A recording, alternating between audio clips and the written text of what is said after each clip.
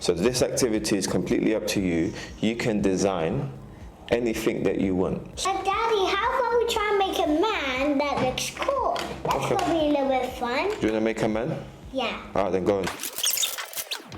So how can you make a man like that? I'm going to show you.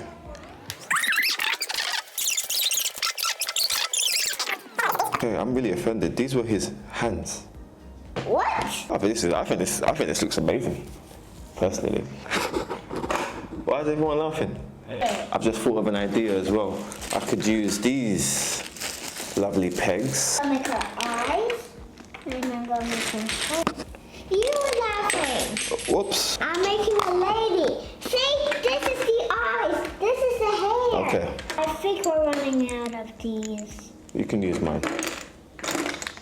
I donate them to you. Free of charge. Man's gonna be bored, like Samuel Jackson. What? Like your granddad, bored. It's gonna look a little bit like yours, but it's not gonna be the hands. It's gonna be the hair of the girl.